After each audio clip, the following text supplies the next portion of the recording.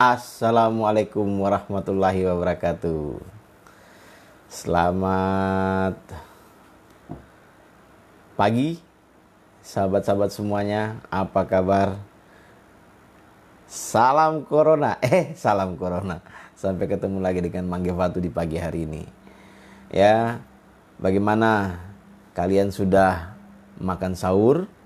Atau kalian lagi di sahur makan? Atau masih makan saat ini? Yang sudah makan sahur berarti puasanya, ibadahnya hari ini harus jalan. Jadi tidak ada boleh lagi puasanya yang alasan pura-pura batal. Seperti teman saya yang saya ketemukan beberapa waktu yang lalu. Tidak sengaja kepergok, ternyata mereka sedang lagi in the hoy dengan sepiring nasi dan semangkuk lauk pauk di siang hari. Ternyata mereka lagi mempercepat waktu buka puasa. Nah baik kok. Buat yang kalau dia nonton, halo bro, masih puasa lagi naik hari. Ya, oke. Ini pembicaraan beberapa hari ini memang sangat luar biasa. Jadi sangat luar biasa pembicaraan beberapa hari ini berkaitan dengan ada keinginan dari pemerintah pusat untuk meningkatkan status Kota Palu itu sebagai zona merah, ya. Dan ada berdesakan dari beberapa orang tentang ingin diberlakukannya PSBB. Ya, terserah kalian mau ngomong apa. Tetapi yang perlu kita ketahui, untuk melaksanakan PSBB itu tentunya ada syarat-syarat tentu yang harus memenuhi. Dimana kalau setahu saya kalau PSBB itu dilakukan berarti ada kejadian tentang penurunan lokal. Jadi tidak lagi dipengaruhi oleh para orang dari luar yang mempengaruhi COVID itu kepada penduduk lokal. Seperti itu mungkin. Nah, nggak tahu lah pemerintah urusan seperti apa. Tapi yang paling penting apabila PSBB dilakukan, yang kasih makan nanti kawan-kawan ini. Saya sebagai salah satu pembina UMKM, aktivis yang concern di bidang pelaku usaha mikro, kecil dan menengah, agak sedikit keberatan karena kawan-kawan saya nanti mau makan kemana, ya. Memang tempat makan ada di rumah, ada piring, ada nasi. Ya, makanya biasa mau makan kemana, makan tuh di mulut. Tapi apa bahan yang untuk dimakan, itu yang jadi pertimbangan. Maka saya semalam itu menulis sebuah status di akun Facebook saya, yaitu tentang PSBB. Sebagian kawan-kawan saya mengatakan kalau seumpamanya pembatasan berskala besar ini dilakukan dan mereka tidak bisa untuk menafkahi keluarganya lagi karena semua segera dibatasi, maka mereka bilang lebih baik dia mati karena COVID ketimbang dia mati kelaparan. Jadi ini rakyat kecil nih yang bicara. Jadi bicaranya orang kecil itu apa adanya. Dia tidak munafik. Dia tidak dikamuflase oleh karena pengaruh politik. Jadi orang kecil, rakyat alas, rakyat jelata ini kalau bicara apa adanya, sesuai dengan apa yang mereka rasakan. Mereka tidak tahu itu urusan politik. Mereka tidak tahu dengan urusan apapun itu yang orang-orang di atas sana lakukan. Yang mereka tahu hari ini mereka bisa cari nafkah untuk menghidupi keluarganya. Yang mereka tahu hari ini dia bisa mencari duit untuk membiayai sekolah anak-anaknya. Nah, dalam kondisi yang susah seperti ini, tanpa adanya PSBB saja, pendapatan mereka sudah turun begitu besar, saudara-saudara. Saudara-saudara, sudah sangat besar sekali pendapatan mereka turun. Jadi apalagi dilakukan PSBB, sudah pendapatannya menurun, pembelinya juga menurun, apa PSBB nggak bisa berjualan. Waduh. Oke, ada yang bilang pemerintah nanti akan memberikan bantuan pangan berupa beras, mie, ikan kaleng, minyak goreng. Ada yang tahan seminggu makan mie sama sama ikan kaleng. Ayo, yang tahan siapa? Siapa lagi sebulan? Mencret, bro. Jadi inilah memang kadang-kadang teman-teman saya pikir mungkin kita harus banyak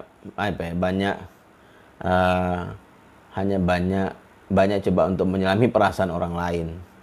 Nah, jadi luar biasa komentar di sini, betul-betul beragam komentar teman-teman. Ya. Jadi ada yang sudah berusaha menjadi ustadz, padahal dia bukan ustadz, tapi tidak apa-apa. Saya malah berterima kasih kepada Wali Kota Palu. Wali Kota Palu, Bapak Hidayat MSI, itu belum dengan segera menetapkan bahwa Kota Palu menjadi melaksanakan PSBB di Kota Palu. Kenapa?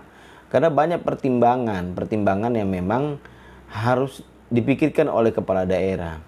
Pertimbangan itu tidak hanya pertimbangan tentang bagaimana caranya untuk mencegah COVID-19 ini saja, tetapi dampak dari PSBB itu tentunya sangat mempengaruhi. Nah, kalau di era kemarin pasca bencana, kenapa kita cepat pemulihan ekonomi? Karena memang pada saat pasca bencana itu tidak seperti ini. Orang masih bisa bebas keluar ke sana kemari, mereka bebas untuk berjualan, mau cari makan. Jadi putaran roda ekonomi pun cepat. Nah, di era Covid ini luar biasa memang. Ya, kami semua paham. Sebagai pelaku usaha mikro kecil itu paham tentang apa dampaknya dengan kita membuat kerumunan orang. Tapi apakah tidak ada solusi yang baik yang tentunya bisa kita terapkan sehingga upaya pemerintah untuk mencegah penyebaran COVID-19 ini juga tidak membunuh keinginan masyarakat atau tidak menjadikan perut masyarakat yang menjadi kosong apalagi lapar. Coba bayangkan ada kawan-kawan saya hari ini para pemusik yang kemarin mungkin kegiatannya mereka itu sebagai pengusaha atau pemain musik elektron. Dengan adanya COVID-19, berapa banyak job mereka yang hilang. Yang tadinya mereka bisa punya penghasilan, mungkin sekali main mereka dapat job 200.000 dari sekali main, ya kan? Tapi sekarang apa yang terjadi dengan mereka? Buat pesta nggak ada, yang kawin pun nggak boleh rame-rame. Terus yang kasih makan mereka siapa? Siapa yang kasih makan mereka? Kalian itu yang komentar-komentar di Facebook semuanya. Kalian yang jago-jago itu seperti kayak orang yang paham. Kalian kasih makan mereka. Siapa yang bantu teman-teman kami ini? Musisi-musisi, ya. Nggak usahlah bicara UMKM, bicara tentang teman-teman musisi yang pemain elektron saja. Ada nggak yang kasih makan mereka? Ya kan? Orang bilang, oh kamu takut tidak dapat rezeki. Bukan nggak dapat rezeki. Jangan salah persepsi. Tapi sampai sejauh mana kawan-kawan kami ini bisa bertahan? Pasca bencana tsunami dihajar kanan kiri, ada yang nggak punya rumah, masih tinggal di huntara, kerjaan pas-pasan, ya penghasilan pun Senin Kamis, tambah lagi ada COVID. Terus di sosmed kita ribut soal tentang pemberlakuan PSBB. Hello.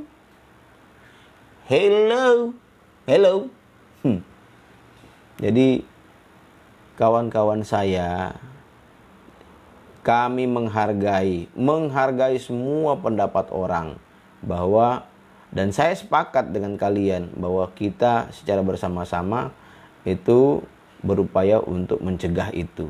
Tetapi kita juga harus menghargai pendapat orang lain, keinginan orang lain. yang mana mereka juga punya hak hidup, hak untuk menentukan hidupnya, ya kan. Ini yang mungkin hak untuk mencari, membiayai keluarganya. Ini yang perlu teman-teman mengerti. Jadi janganlah, ya kan, dikit-dikit apa yang dilakukan oleh pemerintah Kota Palu kayaknya salah, melakukan ini salah, ya kan. Jadi tidak seperti itu. Hey bro, jangan bawa-bawa unsur politik sini. Kami paham permainan kalian, permainan orang-orang yang di Facebook, teman-teman di Facebook yang lain yang selalu mencibir dan kami paham. Kami juga pemain, bro. Tetapi di masa Covid ini kami calling down. Kita calling down. Jadi kami juga pemain, bahkan bisa main lebih gila daripada yang kalian lakukan. Tetapi di masa Covid ini kami calling down. Kami tidak ingin menyalahkan siapapun sebenarnya. Kami tidak ingin menjudge apapun. Kami hanya ingin mengajak kawan-kawan bersama-sama bagaimana caranya agar kita bisa hidup bersama-sama, kita bisa bertahan atau survive bersama-sama. Gak cuma hanya diri kita sendiri, ya. Ini yang menjadi pertimbangan. Anda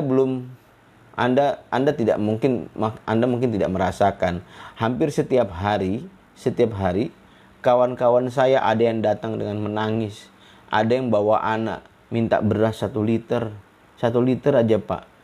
Bayangin, setiap hari mereka datang ke tempat kami, mereka curhat tempat kami. Barusan tadi malam kita rapat dari jam berapa? Dari jam 7 malam sampai dengan kurang lebih sekitar jam 10.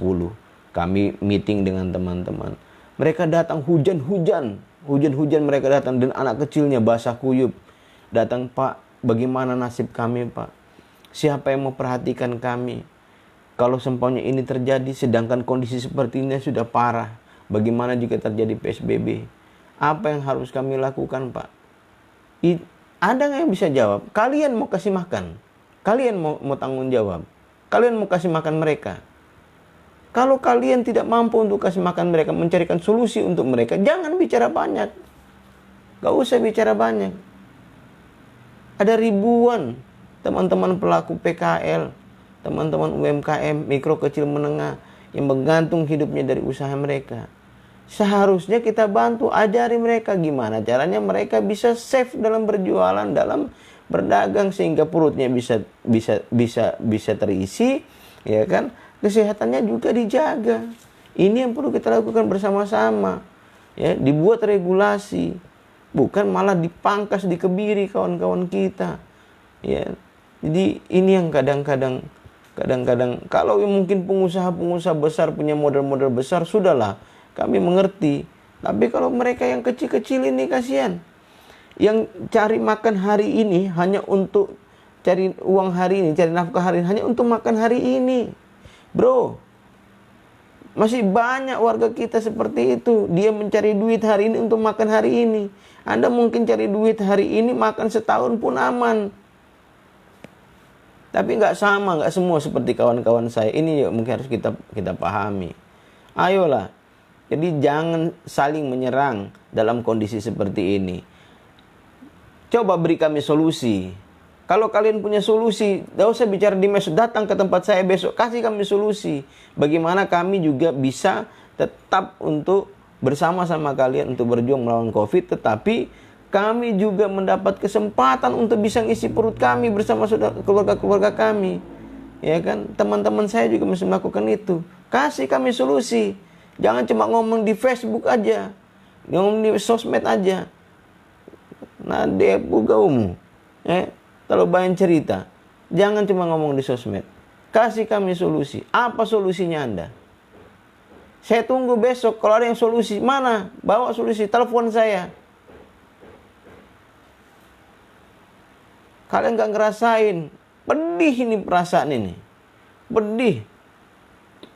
Pedih sekali perasaan kami. Teman-teman kami ini, saya tidak mau mengungkapkan seperti apa. Semua orang menderita, bro, dalam kondisi ini. Semua orang menderita. Gak ada yang tidak menderita.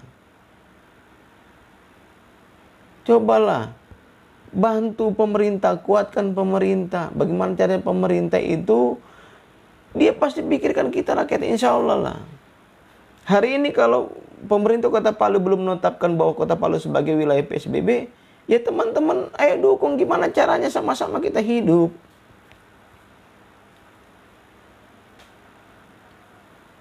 Jadi saya jadi bingung gitu. Gara-gara politik, hanya untuk urusan perutnya kalian saja, gara-gara urusan politik,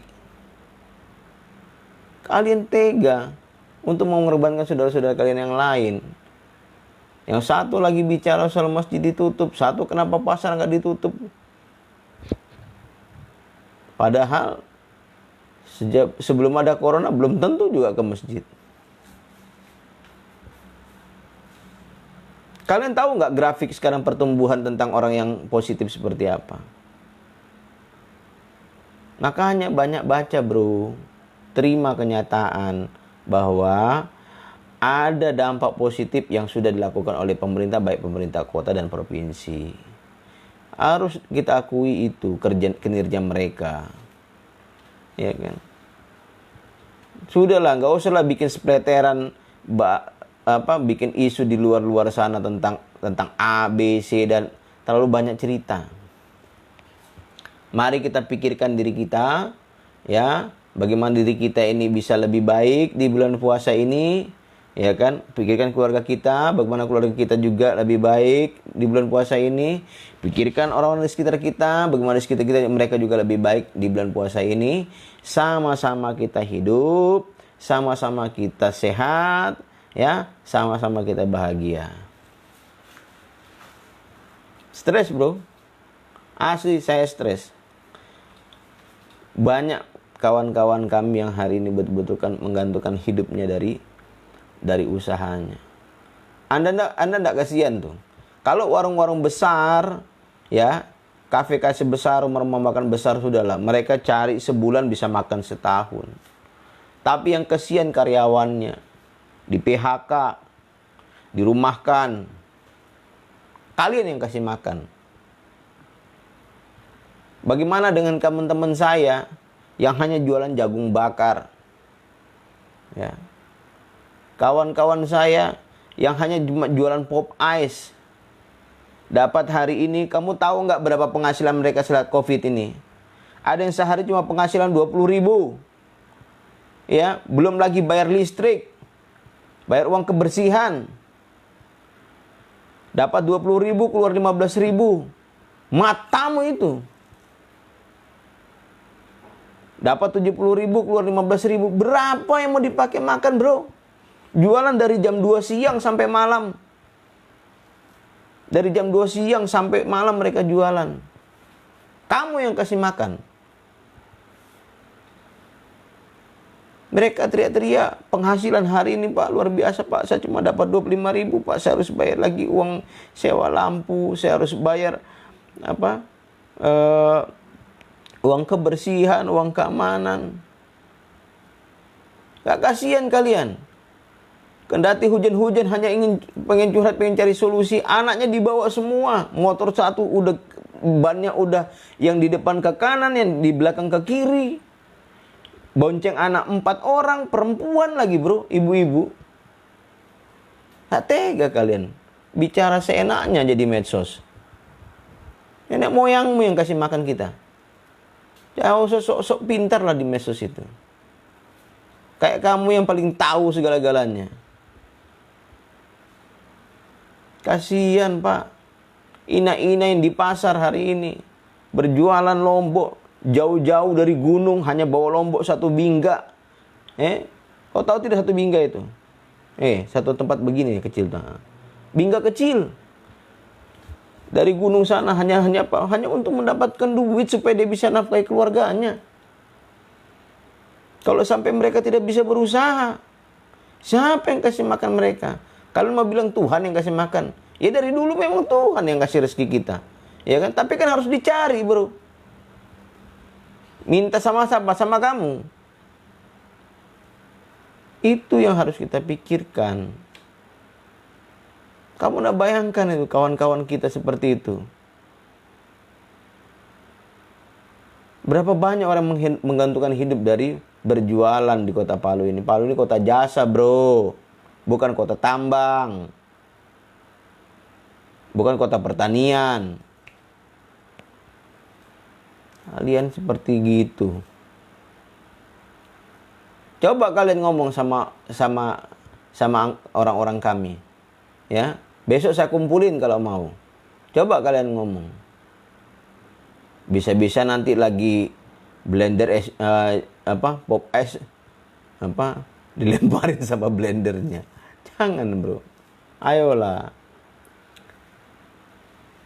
Luar biasa dampak dari Covid ini tentunya tidak hanya membuat kita menjadi cemas, tidak hanya membuat kita itu menjadi ketakutan, tetapi makin membuat kita terpecah belah oleh perkataan, oleh lain-lain dan segala macamnya, oleh prasangka yang tidak seharusnya kita lakukan. Dampak itu begitu besar. Kenapa kita harus begini? Ya. Di episode video yang lalu saya pernah cerita juga soal mereka yang memainkan harga, naikkan harga. Gula pasir di pasar udah 20.000, 21.000. Untung ada pemerintah ngasih operasi pasar gula 12.500. Kalau nggak ada, gimana tuh? Ada solusi nggak kalian? Semuanya hal ini sudah menjadi berat. Tapi tolong jangan tambah berat. Berilah teman-teman saya kesempatan untuk melanjutkan hidupnya. Tidak hanya tujuan keinginan kita bersama untuk mencegah Covid ini saja tercapai, tetapi setidaknya ekonomi kita tidak runtuh. Kalau ini terus-terus berlangsung, saya yakin ekonomi kita akan chaos. Kalau sudah ekonomi kita chaos, apa yang terjadi? Masa kita harus kembali kepada tahun 98? Jadi, begitulah kawan-kawan. Mudah-mudahan ibadah puasa kita hari ini memang bisa kita jalankan dengan baik. Saya berterima kasih buat semua orang yang masih care dengan masyarakat kecil, masih care dengan orang miskin. Saya berterima kasih sekali, semoga Allah membalas semua kebaikan kalian. Terima kasih karena kalian telah percaya terhadap pemerintah, apa yang dilakukan oleh pemerintah. Seburuk-buruknya pemerintah menurut kalian, hari ini mereka lah yang perlu kita dengarkan. Karena biar bagaimana, itu adalah pilihan dari rakyat sendiri. Ya, jadi mau tidak mau kita harus dengarkan pemerintah. Ya, kita berdoa mudah-mudahan pemerintah melakukan hal yang baik, hal-hal yang baik buat masyarakat. Itu saja. Dan saya berdoa mudah-mudahan kawan-kawan saya bisa bertahan. Ibu yang tadi ke rumah saya bawa anak, mohon maaf ibu, saya cuman bisa melakukan hal-hal kecil. Mudah-mudahan itu berarti buat keluarga bapak ibu sekalian, berarti buat kalian semua, kalian bisa makan hari ini, ya kan. Saya berdoa besok mudah-mudahan ada rezeki, ya. Sabar bu, kalau seumpamanya memang kendaraan kalian harus ditarik, ya kan, saya minta bersabar. Cobalah berusaha untuk melobi leasing ibu supaya jangan sampai kendaraan ibu tarik, karena itu adalah satu-satunya alat transportasi yang bisa Anda pakai kesana kemari. Kalau itu nggak ada, kalian mencari makan pakai apa? Baiklah teman-teman semua, terima kasih banyak sudah menyaksikan video ini. Mudah-mudahan melalui video ini tentunya ada sambung rasa antara kita semua. Mudah-mudahan melalui video ini ada kepahaman antara kita. Terima kasih waktunya, mohon maaf sudah merepotkan Anda melihat video yang gak beres seperti ini. Apalagi lihat penampilan saya kayak gini. Saya mohon maaf. Ya, sampai ketemu lagi di video Manggi Batu berikutnya. Wabillahi taufiq wal hidayah. Wassalamualaikum warahmatullahi wabarakatuh. Ciao, selamat pagi, salam sehat, salam bahagia, tetap di rumah saja dan tetap bisa makan.